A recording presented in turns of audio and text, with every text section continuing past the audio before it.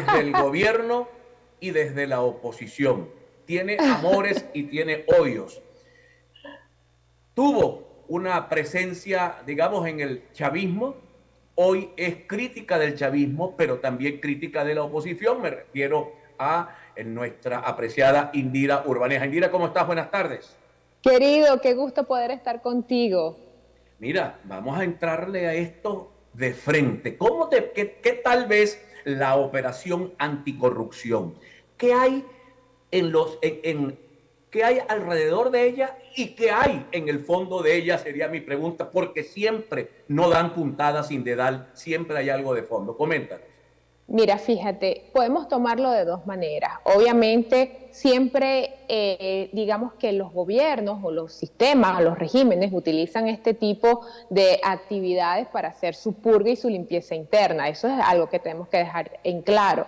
Pero yo sí creo que el chavismo después de 25 años, de hecho lo decía en una reciente nota que hoy salió publicada sobre mis opiniones, donde yo digo que el chavismo está en un momento complejo, porque después de 25 años en el poder tiene un desgaste obvio natural, pero también por todas las fallas y por todo lo que ha venido haciendo, y necesitan una bandera para reflotarse. El tema de la corrupción hoy los vuelve a poner en tarima, les permite hablarle a su base, les permite decirle a su base, miren, bueno, estábamos mal, pero miren, estamos tomando las decisiones correctas y vamos a ir hasta el final y como dice Diosdado, caiga quien caiga. Entonces, de alguna forma, esta lucha anticorrupción se puede leer desde dos maneras, desde una necesidad propia del chavismo de autorregularse, de autosanearse, de incluso acomodarse a lo interno en el reparto del poder. Eso es algo normal, no tenemos que escandalizarnos por eso, ni ellos tampoco. Lo que pasa es que nosotros lo decimos más claramente.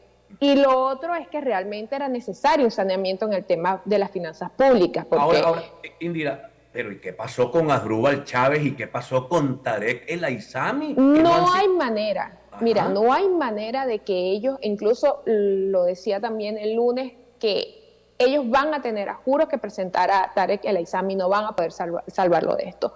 Es más, yo he dicho y he sido muy crítica y enfática de que el Contralor General debería de haber puesto su cargo a la orden, porque si estamos asumiendo que ciertamente ha habido un desfalco, que ciertamente ha habido un saqueo, que ha habido robo, que ha habido corrupción, como le quieran poner, como le quieran etiquetar, entonces, ¿cómo es que las cabezas, los pilares del poder moral, del poder contralor, cómo es que la cabeza de PDVSA y del Ministerio de Energía no están siendo procesados? Entonces, allí el chavismo está entre la espada y la pared, porque va a ser muy poco creíble una lucha contra la corrupción que deje las cabezas y los pilares sanos. Entonces, yo creo que ellos, incluso yo creo que el chavismo se entrampó un poquito, porque yo creo que no esperaban que esto llegara a esta profundidad. Entonces ahora sí lo van a tener que hacer porque si no van a quedar muy mal, no solamente frente a la base chavista, sino también frente al país, frente a la comunidad internacional que está esperando que esto sea de verdad un saneamiento, que de verdad sea una lucha anticorrupción y no que sea simplemente un disfraz para un reacomodo político.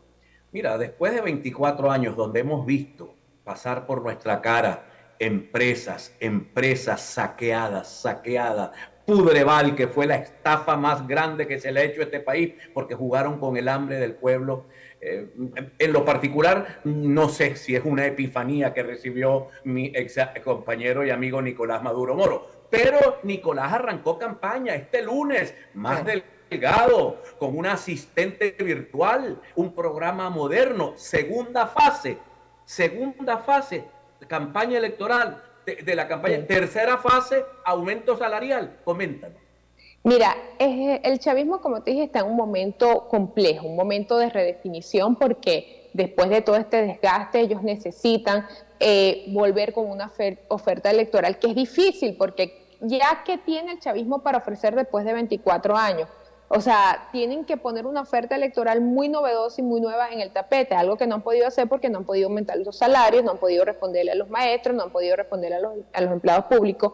La información que yo manejo es que esto va a suceder el 1 de mayo. Creo que están buscando unos recursos para poder hacer este anuncio del aumento salarial el 1 de mayo. Pero efectivamente Maduro comenzó campaña con este programa más cercano, el set todo azul, no hay nada de rojo, no vi nada de No rojo por están ese set. los ojitos del No comandante vi los ojos, desaparecieron. no vi los ojos de Chávez, cosa que está muy mal y esto sí voy a hacer yo una crítica como experta en marketing político.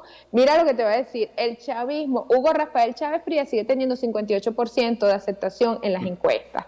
Entonces, ¿por qué ellos no vuelven a Chávez? Si es un tipo que está presente todavía en el corazón de mucha gente del pueblo, no entiendo esa estrategia, más bien matar a Chávez. Ahí Mira, sí te digo que me dejas en el aire porque no entiendo la estrategia de ellos en ese sentido. bueno, fíjate que yo estuve leyendo la encuesta de Schemer y el voto del PSV, el voto hacia los candidatos del PSV, se compone de dos grandes bloques: los maduristas que votan por Maduro y los chavistas que están descontentos con Maduro, pero votan por Maduro si el candidato de la oposición les mete miedo. Si el Correcto. candidato de la oposición mete miedo, el chavismo y el madurismo se unen para protegerse. Pero si el candidato de la oposición les tiende una rama, les pone una rama de olivo, pasa lo que pasaba en el Zulia toda la vida. Correcto. Que la gente votaba por Chávez presidente y por Rosales gobernador. Ahora te pregunto, ¿lo está haciendo adecuadamente la oposición para poder pegarle ese mordisco a esos electores del PSV? No, y por eso se ponen bravos conmigo, porque entonces me dicen, bueno, pero es que tú no criticas al gobierno, tú no criticas al gobierno. Bueno, pero es que ven acá.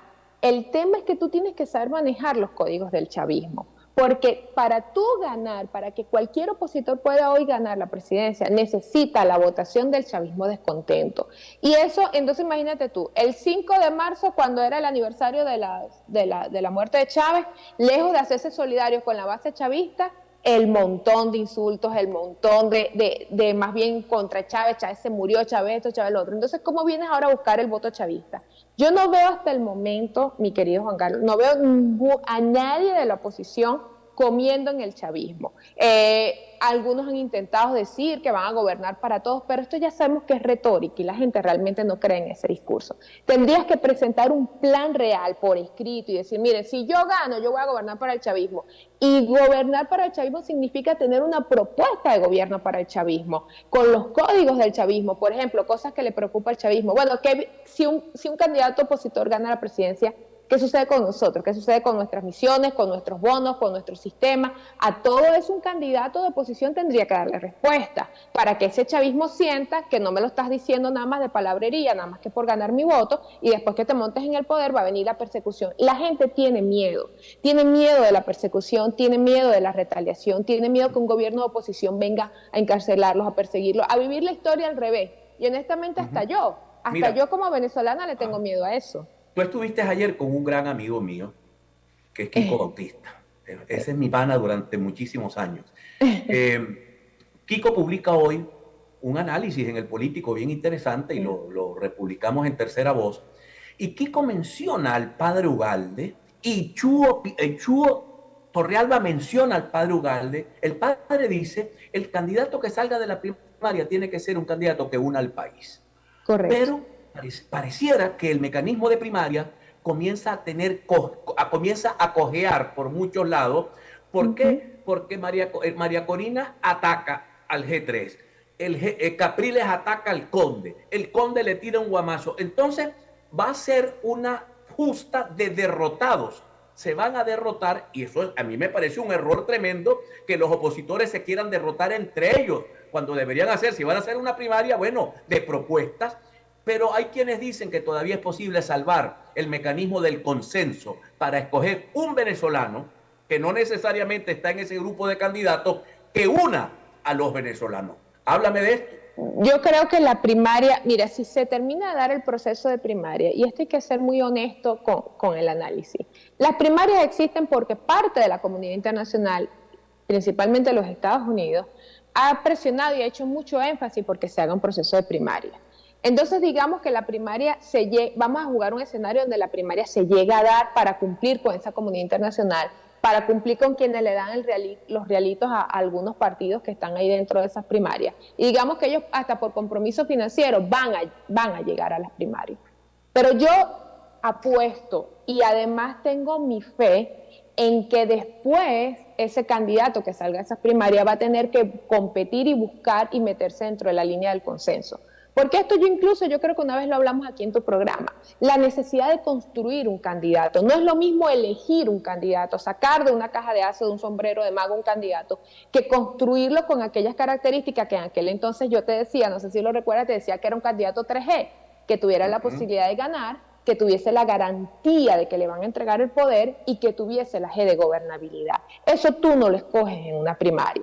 Y en una entrevista con el Ciudadano yo decía, él me preguntaba, pero Indira, si no es, entonces ¿cuál es la solución? Bueno, es que la oposición, y ahí yo sí creo que todavía estamos a tiempo, de realizar un cónclave, así como cuando usted va a elegir al Papa. Usted no elige al Papa porque le cae bien o porque le cae chévere. Ahí el Papa se elige por incluso motivos geopolíticos, motivos de estrategia, motivos estratégicos para la iglesia, para la política de la iglesia. Entonces, aquí tenía que ocurrir lo mismo. Aquí no es buscar, bueno, la candidata es María Corina porque ella de chiquita le dijeron que ella iba a ser presidenta o Pedrito o fulanito, sino buscar el mejor candidato. Y eso se construye. Y no nada más un candidato, una fórmula, Juan, una fórmula. ¿Quién acompaña a ese candidato? Fíjate tú, ya esa reunión, ¿te puedes quedar un segmento más con nosotros? ¿Nos Me harías el quedo. honor? Te quedas. Mira, te voy a mencionar que ya esa reunión se ha dado en 2 ocasiones en el IFEDES. Sí. Ahí, arbitrado por Felipe Mujica, están proponiendo la vía del consenso. A esa reunión asistió el Nuevo Tiempo, a esa reunión, entiendo, asistió Ader Ramos Ayub y asistieron otros factores. O sea, que el GEP3 se está protegiendo de María Corina, que viene rodando grandota, o hay una intención de proponer un consenso. Al retorno nos habla sobre este tema tan particular que se está dando en la capital de la República. Cierra el segmento.